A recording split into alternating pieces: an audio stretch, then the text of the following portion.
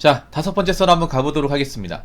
댓글 컨텐츠고 영상 제목 직장 동료 30대 중반 두 분도 국제결혼 추진 중입니다. 한국 여자와 소개팅 했지만 너무 노답이라서 라는 영상에 달린 댓글입니다. 앞으로 아마 남자들 소개팅을 안 할 거야. 한국 여자도 소개팅을 많이 안 할 거야.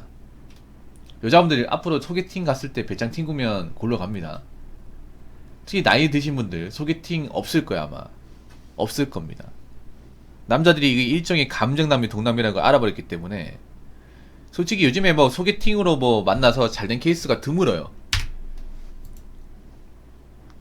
옛날에는 여자분들하고 소개팅에서 만나서 뭐 결혼까지 가는 케이스가 있었는데 요즘에는 진짜 없는 것 같아. 정말로 정말 없는 것 같아.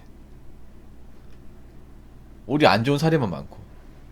그래서 남자들 앞으로 이제 뭐 소개팅에서도 아마 적극적이지 않을 겁니다.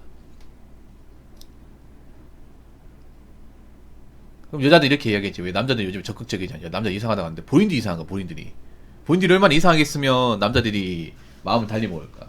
국제결혼 늘어나는 것도 본인이 이상한 거야. 본인들이 너가 이상해. 너가 제일 이상해. 자꾸 남 탓하지 말고. 얼마나 문제 있으면 한국 남자들이 해외로 가버릴까. 자기들만 몰라. 안 그래요? 자, 댓글 한번 읽어보도록 하겠습니다. 어저께 첫차 버스 마치고 제 차 시동 걸고 예열하고 대기 중 예전 전 버스 회사 동료 친구 전화가 오더군요. 술 한잔 했냐? 물어보니 했다고. 목소리에 근심 가득. 이게 뭔 일 있니? 하고 물어보니 업체 통해서 소개받아 베트남 여성과 결혼 후 혼인신고하고 몇 달 결혼 생활 후 훌쩍 여성 혼자 베트남으로 가버렸다고 하더군요. 업체 통해 연애 시간 없이 국결의 문제가 여기서 보게 되네요. 처가 쪽으로 금전 보내는 문제, 사랑 없이 매매원처럼 되는 문제, 국결판 ATM 된 제 친구 대화로 풀어보려고 해도 언어 소통의 문제로 답답해 하더라고요. 베트남 여성이 노리고 온 것인지 심히 의심이 들고 친구의 대답도 살면서 돈 문제, 언어 소통 문제, 그리고 사랑도 없고 정도 없이 단순 호감으로 결혼한 것을 후회한다 하였습니다. 저도 태국 여성과 몇 번의 연애를 해보았지만 문제가 발생했을 때 가장 중요한 것은 서로의 언어 소통이라고 생각합니다. 디테일한 대화가 안되면 문제 해결이 안됩니다.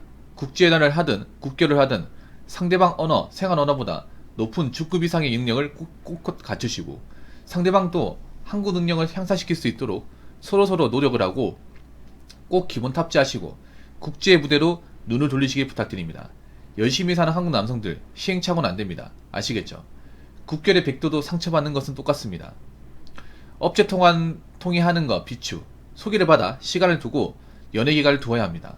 서로의 문화도 알아가고 서로의 언어의 수준을 극강을 올리시고 소통의 문제를 해결하시면서 국제연애를 하든 국결을 하든 하셔야 합니다. 서로의 문제가 터지고 나서 답답해하면 늦는 겁니다. 다들 건강 잘 챙기시고요 라고 적어졌습니다. 우리가 듣던 그 베트남 도망간 그 이야기인가 보네. 근데 이거는 그 베트남 여자도 문제 있지만 이건 남자가 문제 있어요. 저는 그 생각이 드네. 여자도 문제 있지만 남자도 문제 있어.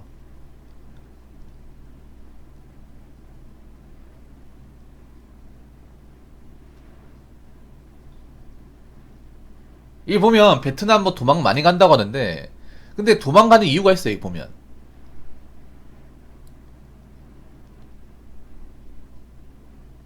무조건 남자 도망간다고 하는데 그럼 남자 잘못은 없냐? 좀 남자 잘못 분명히 있다고 생각하거든요.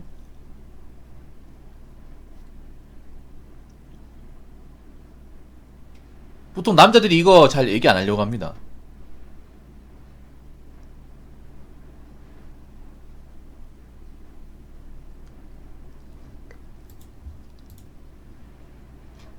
뭐야? 잘 얘기 안 하려고 해요.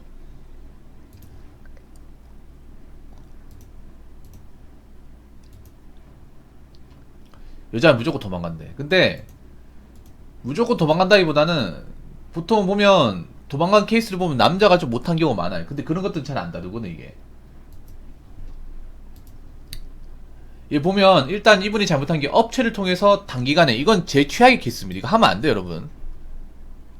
보통 여자가 이제 도망가는 케이스는 업체를 통해서 만나는 거. 업체를 통해서 돈 주고 만나는 거죠. 옛날식 방식. 이거 제가 하지 말라고 분명히 말씀드렸는데 이런 거.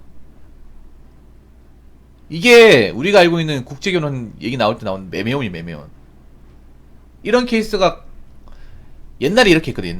옛날에 이제 농청이나 저 시외곽 지역 있죠. 거기 이제 노총각 분들이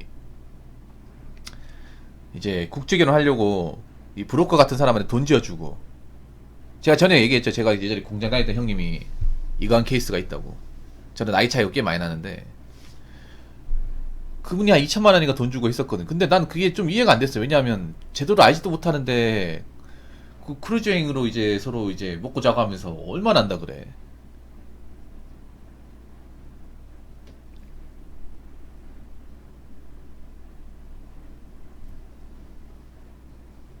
그럼 연애 기간 없이 국교를 갔잖아요. 돈 그때 당시가 2000년대 2013년 그 정도 됐으니까 뭐 지금 좀 더 올랐겠죠. 사실 그때 국제결혼하는 과정을 얼핏 들었거든요. 설명해 주더라고. 근데 내가 봤을 때 좀 고개를 갸우뚱거렸습니다. 왜냐하면 정보가 별로 없어요. 그쪽 가족에 대한 정보도 없고, 어떻게 하냐면 일단 여권을 발급받고 이제 돈을 쥐어주고 나서 그쪽에서 날짜를 정해요. 날짜를 정해서 아마 제가 알기로는 인천항 가가지고 배 타고, 크루즈 배 타고 거기서 중간에서 만나는 거 알고 있어요. 중국에서. 예, 배 타가지고 중국까지 가가지고 거기서 중국에서 한 일주일 정도 같이 먹고 자고 하면서 데이트하면서 거기서 이제 지내다가 그 마지막 날 있죠. 마지막 날 돼가지고 선택을 해야 된대. 뭐냐 하면 이 여자를 계속 만날 거냐 아니면 끝낼 거냐. 예, 선택을 해야 되는데 여러분 한번 생각해보세요. 남자 이사에 거급 2천만 원 돈이 들었어요. 근데 이거를 선택을 안 하면 여기서 끝나는 거야. 이 사람과 나의 만남 끝나요. 접점이 없이. 근데 난 돈을 주고 왔어. 그럼 나 이거 많이 끝내버리면 2천만 날라가는 거야. 여러분 같으면 끝내겠어요? 그렇지 않죠. 돈이 아까워서도 만날 거 아니야. 그래서 돈이 나 이게 안 좋고. 그러니까 돈을 안 하고 있으면 뭐 이 여자 아니더라도 다른 사람 만나면 되잖아. 저는 그렇게 했으면 좋겠어. 꼭 베트남 특정 한두 명이 목매지 않았으면 좋겠습니다. 만나다가 아니다 싶으면 다른 베트남 여성 만나고 그럼 되잖아요. 이게 그런 거야. 돈을 주고 하니까 이 사람과 만약에 내가 캔슬되면 내 돈 날라가는 거야. 내 돈 거금. 그래서 아까워서 그냥 뭐 서로 교감 없이 그냥 다이렉트로 되는 게 많거든요. 그럼 문제가 생길 수밖에 없지 않나, 상식적으로? 그래서 저는 이런 건 무조건 피하라고 말씀드립니다. 일단 업체를 통한 거 이건 문제고, 처가 쪽으로 금전 보내는 문제. 이것도 대화를 했으면 좋았을 텐데. 보통 여자분들, 베트남 분들은 여러분 아시면 좋은 게 일정 이상의 분들은 대부분 있잖아요. 일정 이상의 분들은 돈 벌려고 오는 겁니다. 돈 벌려고. 그러니까 이렇게 생각하면 됩니다.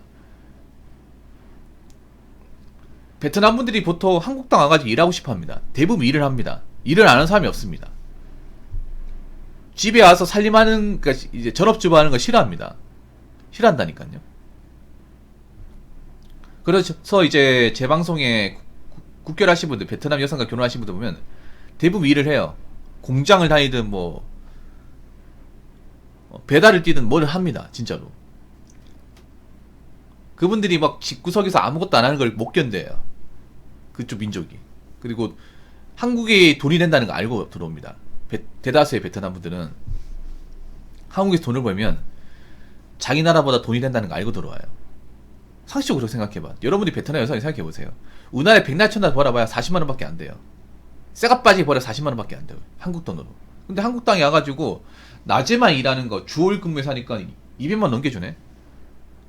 요런 거 같은 일 안 하겠습니까? 오타렌 같은 일 안 해? 그냥 집구석에서 아무것도 안 하고 살림만 해요. 그냥 할 거 아니야. 그래서 우리가 알아야 돼. 베트남은 소득이 굉장히 낮은 나라예요. 우리나라랑 결혼하는 베트남, 필리핀, 태국은 소득이 굉장히 낮은 나라입니다. 그리고 식구가 많아요. 그리고 여자들이 굉장히 참이 높은 이유가 남자 혼자 가지고는 못 먹고 살리기 때문에 식구도 많고, 그리고 남자들이 또 게으른 사람도 많기 때문에 여자가 어린 나이 때 나와가지고 어린 나이 때 있잖아요. 나와가지고 일을 합니다. 그래서 이게 대화가 됐으면 어떻게 이제 해결할 수 있냐면, 만약에 처갓집으로 보낸다고 하면, 그럼 와이프 내가 공장 같은 거 혹시 일해볼 생각 없어? 내가 그 자리 같은 거 연계해줄게. 이렇게 했으면 됐을지도 몰라. 그러면 이렇게 얘기하는 거죠.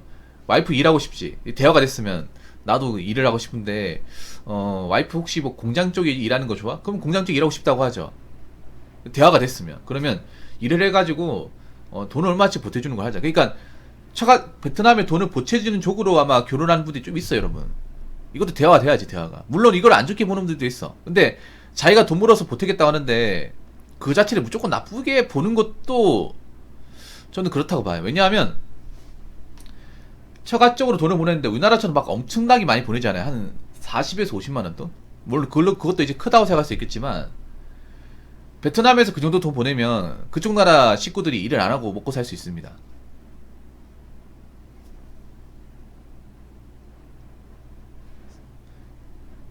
넉넉하게 이제 좀 생활 비쓰면서 살 수 있어요. 그래서 베트남은 그런 게 좀 많이 발달되어 있습니다. 그러니까 딸 있죠. 딸을 시집 보내가지고 가족들이 먹고 사는 문화. 이런 것들이 굉장히 대중화되어 있어요. 우리가 이걸 알아야 돼. 딸이 일을 해서 돈을 붙여주든 아니면 남편한테 용돈 받아 붙여주든 그 돈으로 나머지 이제 고국인 식구들이 먹고 사는 것을 당연하게 받아들입니다. 당연하게. 그래서 베트남에서 좀 집이 좀 산다거나 학력이 높은 사람은 제외하고 일반적인 보통의 베트남 사람은 그렇게 들어온다고 생각하시면 돼. 그러니까 왜 일을 하는지 한번 생각해. 왜 일을 하는지. 역지사지 생각해보면 이해가 돼. 이것도 어떻게 보면 한국 남자들이 한국의 입장을 생각하고 저 나라의 입장을 생각하지 않으니까 이해가 많이 부족하니까 저는 나오는 문제라고 생각합니다. 그리고 언어 소통 같은 것도 공부를 했어야죠. 이 남자분이. 그러니까 그런 거에 뭐냐 하면 아무리 베트남 여자분들이 이제 한국어 이제 능력 시험을 보고 들어온다고 해도 원어민하고 그냥 속속으로 배운 건 다르잖아요, 여러분. 영어도 그렇잖아요. 영어도 우리가 우리나라에서 백날 천날 해야 배워도 외국당 가면 꿀먹은 벙어리가 되는 것도 마찬가지지 않습니까? 그렇잖아요. 우리가 학원에서 백날 천날 한국 사람끼리 막 그 스피킹 하는 거하고 현지 가가지고 현지인들하고 하는 건 완전히 달라요, 이게. 쓰는 대화법도 다르고 언어 사용도 다르고 발음도 달라요.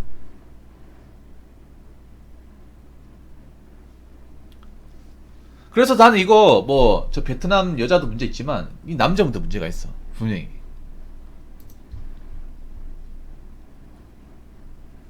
그래서 만약에 우리가 국제결혼 하겠다 하면 영어는 배워야 됩니다.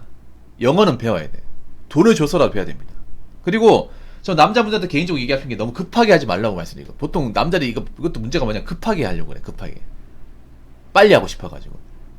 결혼은 빨리빨리 하면 무조건 망합니다. 무조건 망해요. 우리나라 결혼도 보면 남녀가 빨리 연애기간 짧은 상태에 결혼해가 잘 사는 케이스가 별로 없어요. 왜냐, 그 사람의 단점 여러가지 사항을 파악하지 못하잖아. 우리 결혼이라는 게 무조건 사람의 좋은 것만 보고 결혼할 수 없잖아요. 나쁜 것도 보면서 아, 나쁜 게 이런 게 있다 하더라도 좋은 점이 있으니까 서로 받아들이고 살면 되겠다, 이런 생각이 들어서 사는 거잖아.